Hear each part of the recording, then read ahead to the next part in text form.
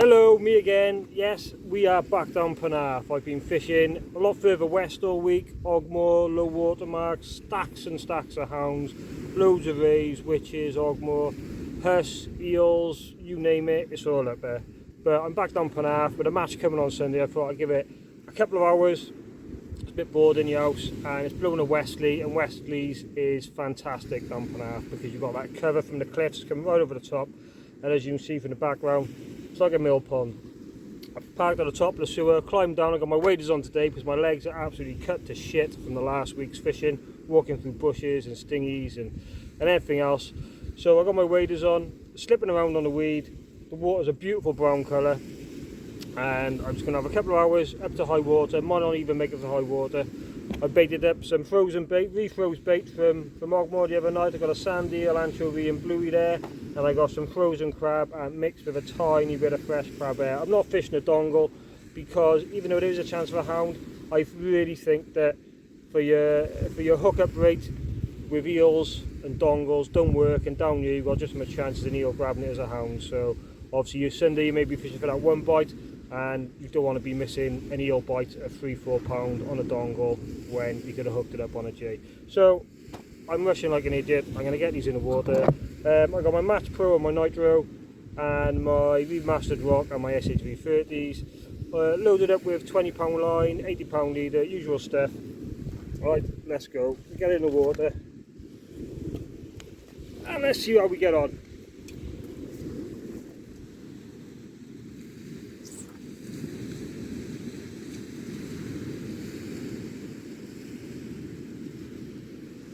So, as always, 6 ounces, bottom down Penarth. I'd much rather drop that lead than lose a fish for getting stuck. Let's get it out there. Check that tip's not wrapped.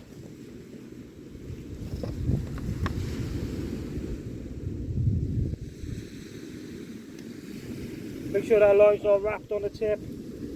See a lot of people do it, snapping off just for something that takes 5 seconds to double check. Right. Let's go.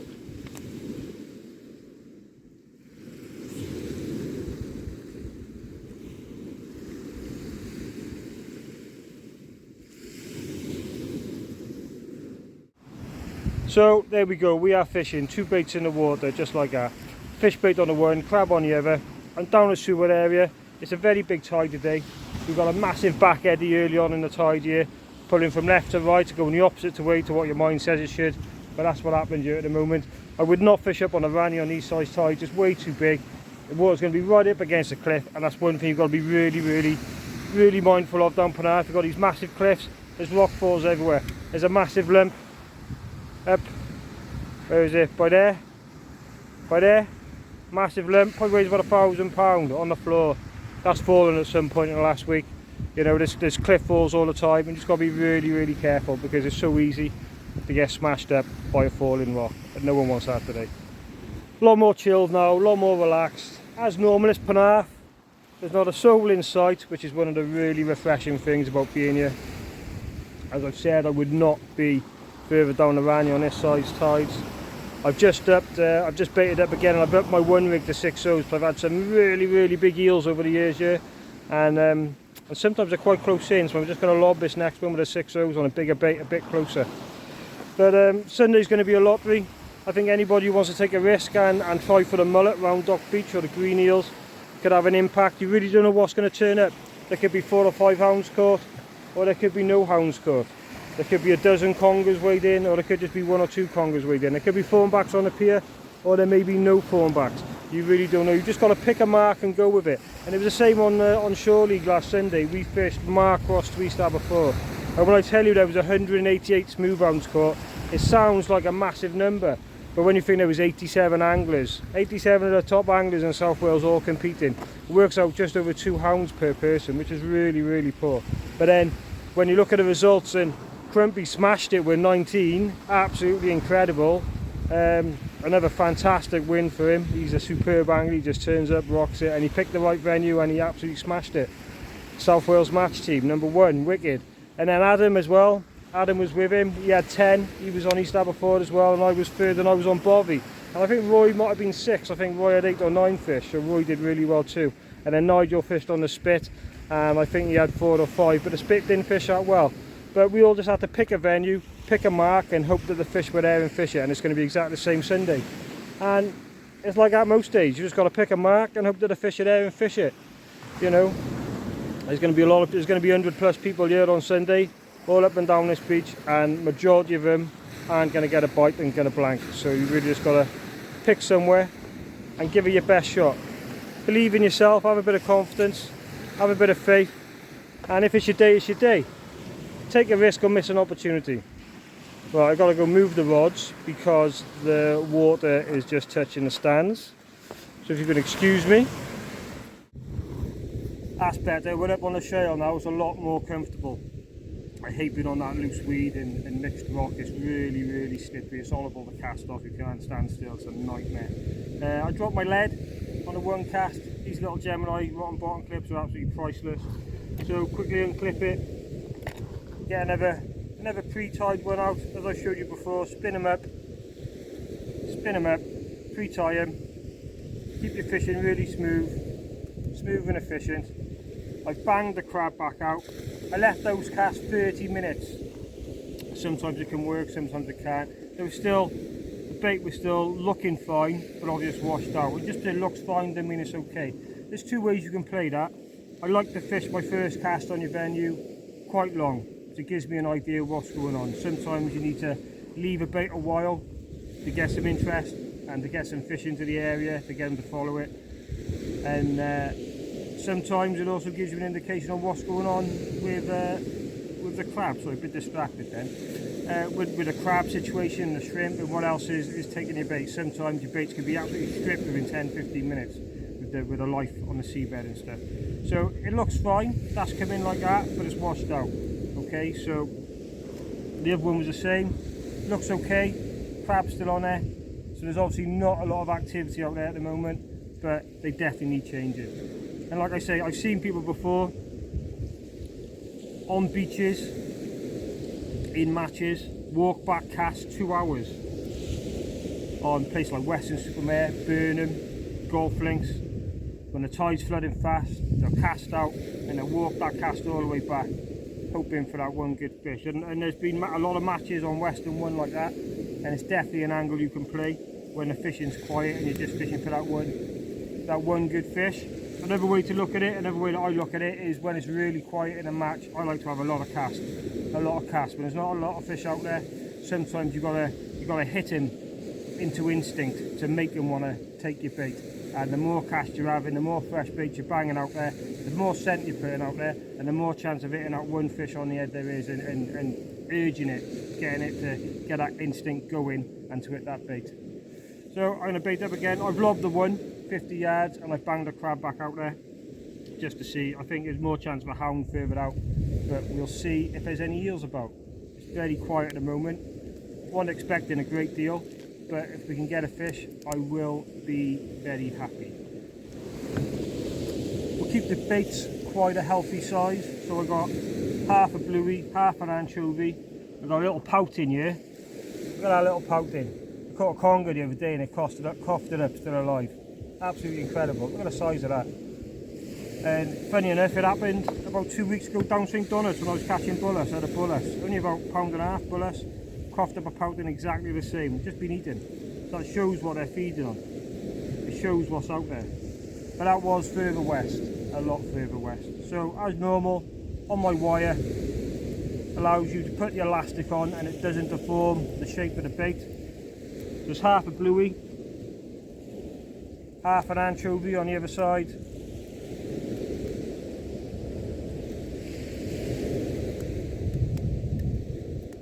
Like so, so that's half an anchovy, half a bluey together, like so. And then I'm gonna try and cut this pout in a little bit and get him on there. Cut him up, release some of the flavours, some of the juices, a few little slices in him, and bang him on the side. And on the wire, like I say, whipping up, keeps your bait nice and straight, nice and rigid, Look at that, that's lovely. That's a really nice eel bait, that is. Really nice bait.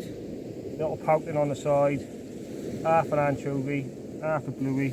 I'm going to put that, I'm going to put my 4-0 into it, pull it through, lay it along the side, and then whip over the top of it. If I can find the end of my cotton.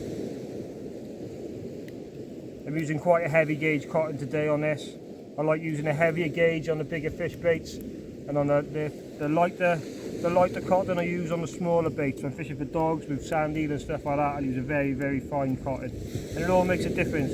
There's all these little changes you can make, all these little things that do make an impact on your fishing. You've still got that back eddy running from left to right. Next cast it should ease and start gently pulling back the other way, which is more natural. So there we go, pull that wire out, and our bait is pretty straight, loads of juice in it, and covered. We get our top hook, wrap it around, 1, 2, 3, bang it in the top, pull that tight, make sure you pull that really tight, and there you go, you've got 2 hooks either end of a fairly good sized bait. Rod and bottom clip back on, and we're ready to go.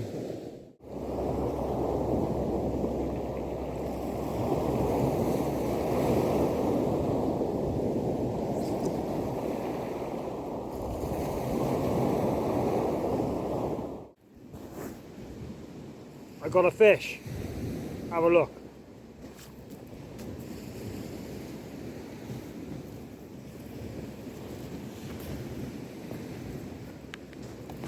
Hey. Look at that. Nice eel. Probably 3.5 kilos. I was just moving the gear. I left the one rod, brought the one rod in, come back. There was no difference on the tip. Whether I had a bite, didn't see it. Picked it up, broke the lead out, bit of a pull back. Oh, there's an eel on here. Took my time, pumping it, and there we go. And that would be fantastic on Sunday. That's a good meter, good easy meter eel. That it's skinny on the back. Another day full of weight. That'll go 10 pound, but it's probably about 7.5. It's quite weighty, and it's just hooked, and I was on that bigger bait. I lobbed about 50 yards. It just goes to show it's really easy to overcast fish. But don't be frightened to take a risk, lob one in close. So I know a lot of people don't like eels. These things are amazing. These fox pliers, God, they've unhooked so many fish. This one's easy, it's just hooked in the jaw. So just run that hook along, and out it comes. Out it comes.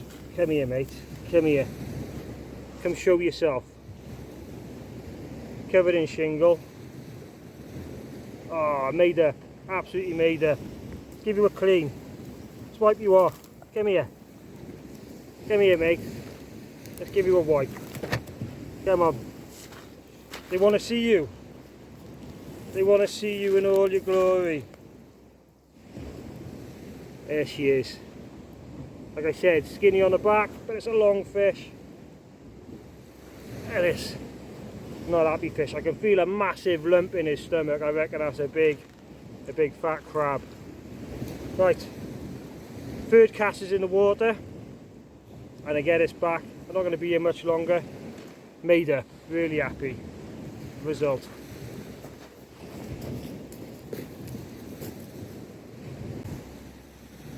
Tip is out.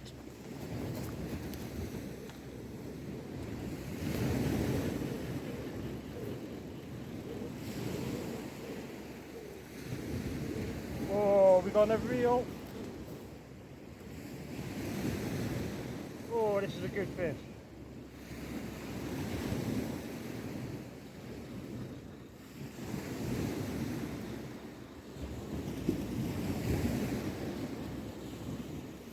I've really pulled back nice, and it's coming really easy now. which is a bit concerning, but initially that gave a massive pull back.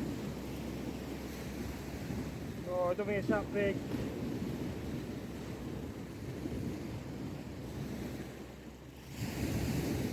How wrong can you be? When I hooked into that, that pulled right back on me. Wait, come on.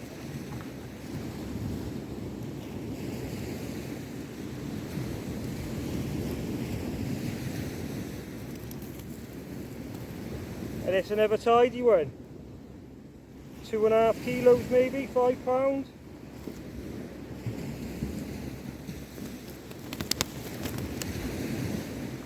Happy days. Lights going, you can just see me.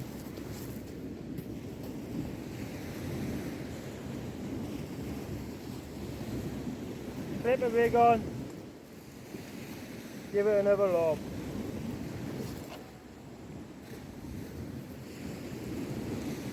And that's all it is. 60 yards. Both fish, close in. The rod further out, banging miles. Not a touch.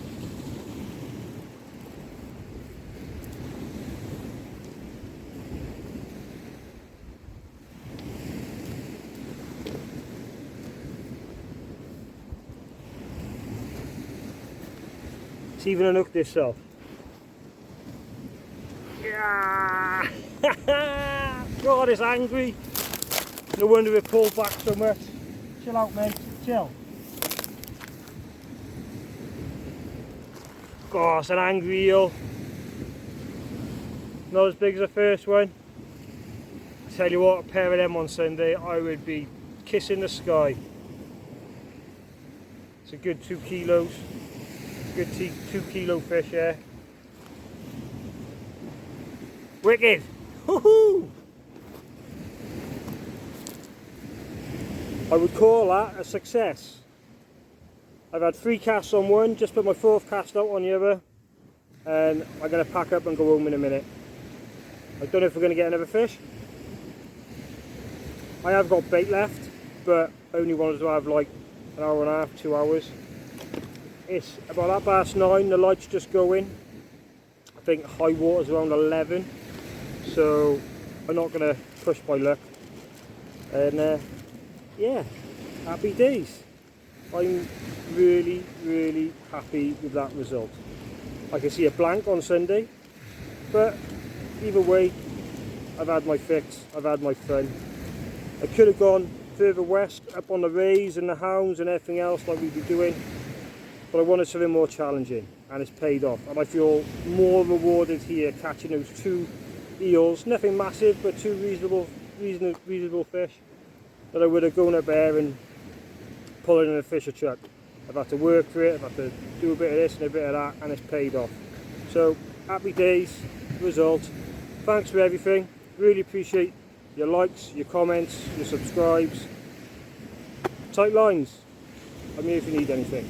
Take care.